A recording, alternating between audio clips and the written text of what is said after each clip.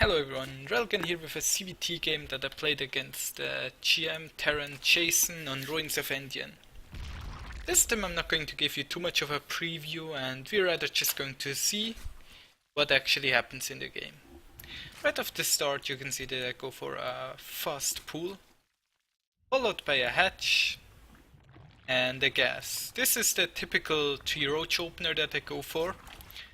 However, I change it up a little. Instead of building a roach warren, I immediately put 3 drones in my gas. At this point I already played quite a few games against Jason. You can see that I'm kind of mind gaming him. He sees the fast pull, the hatch, and then he just concludes that it has to be a 3 roach opener. On my side of things, however, I'm going for a link speed opener and Overlord speed. Now this is completely different to my usual ZvT. I'm droning up heavily, I got some defensive links, killed the Reaper easily with the links, even managed to take out that Widow mine.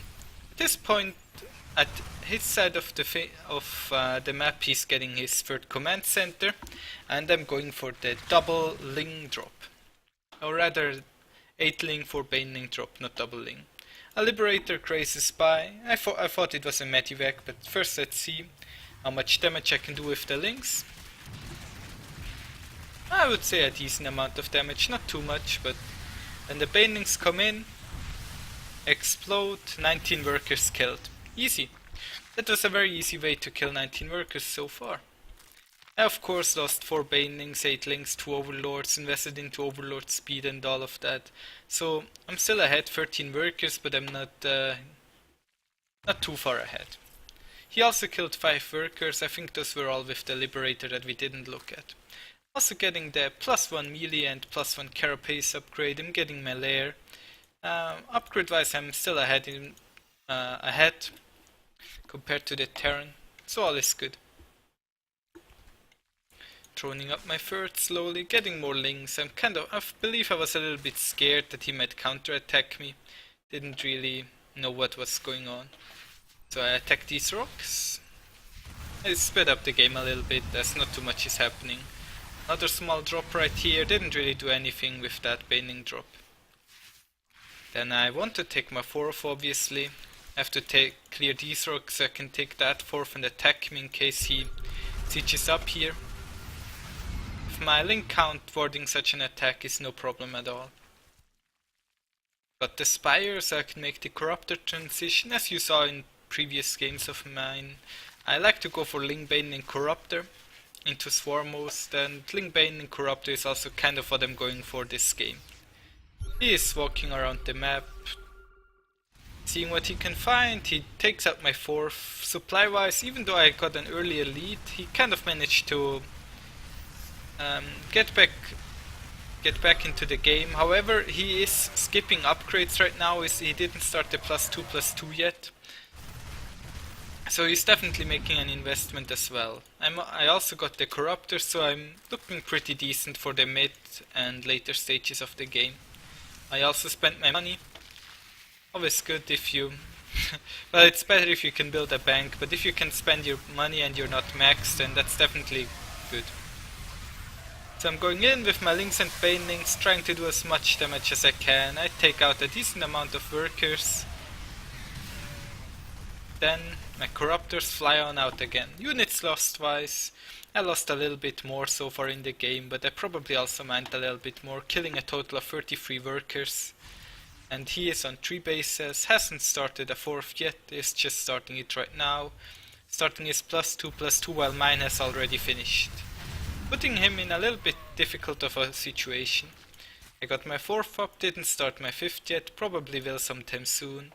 Haven't started the hive yet either, but I do have the infestation pit. These drones do not really do too much right now, as I have 7 drones too many, and there goes the hive. As I start the hive, I get some swarm hosts.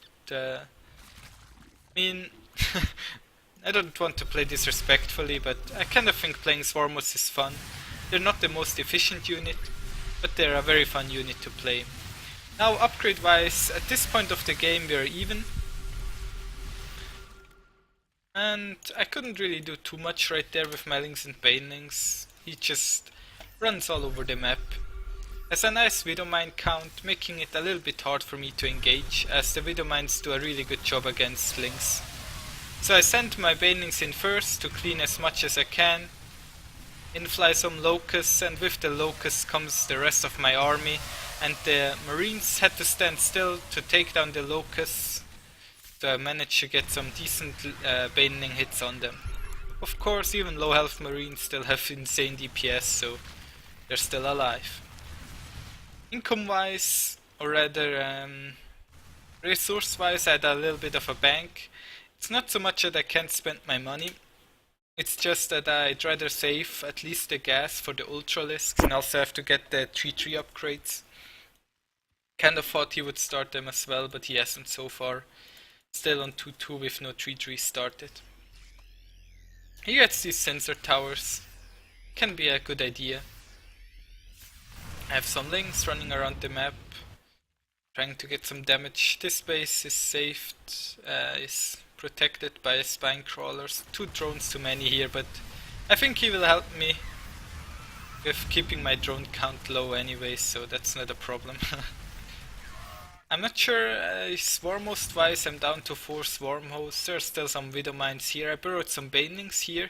In case, since I get burrow for the swarm host, I can also burrow some banelings. Always a good idea.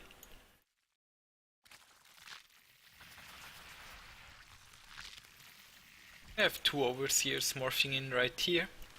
2 ultralisks still being built. Ultralisks, Ling, Bane, Corruptor is kind of the ideal composition that you want against a Terran. You could add in Infestors, Vipers, some Hydralisks, some Broodlords, but this is a really good core army. And oh, he's scanning a lot, I'm not sure what. He scanned that base as well. But he saw the Ultra, so he didn't drop it. The Swarmers just kind of help with harassment and things like that. They're also good against Widow Mines, of course. Here we have a really big drop, 4 Medivac drop. A counter attack right now would have been devastating, but I instead go to clear up the drop.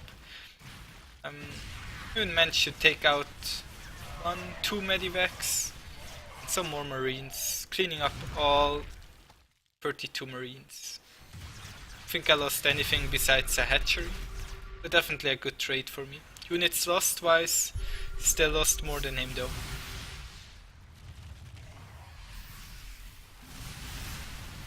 Here we go again. The Ultralists kind of clump up down there, so this is not really the perfect fight for me. However, the Corruptors are doing a really good job against his air units, taking down Liberators and Medivacs. And the Ultralisks, I had so many Ultralisks that they are still alive. Like, that engagement looked horrible, but somehow I managed to get out, I'd say even. Actually, I got out ahead since I completely took out all the workers there.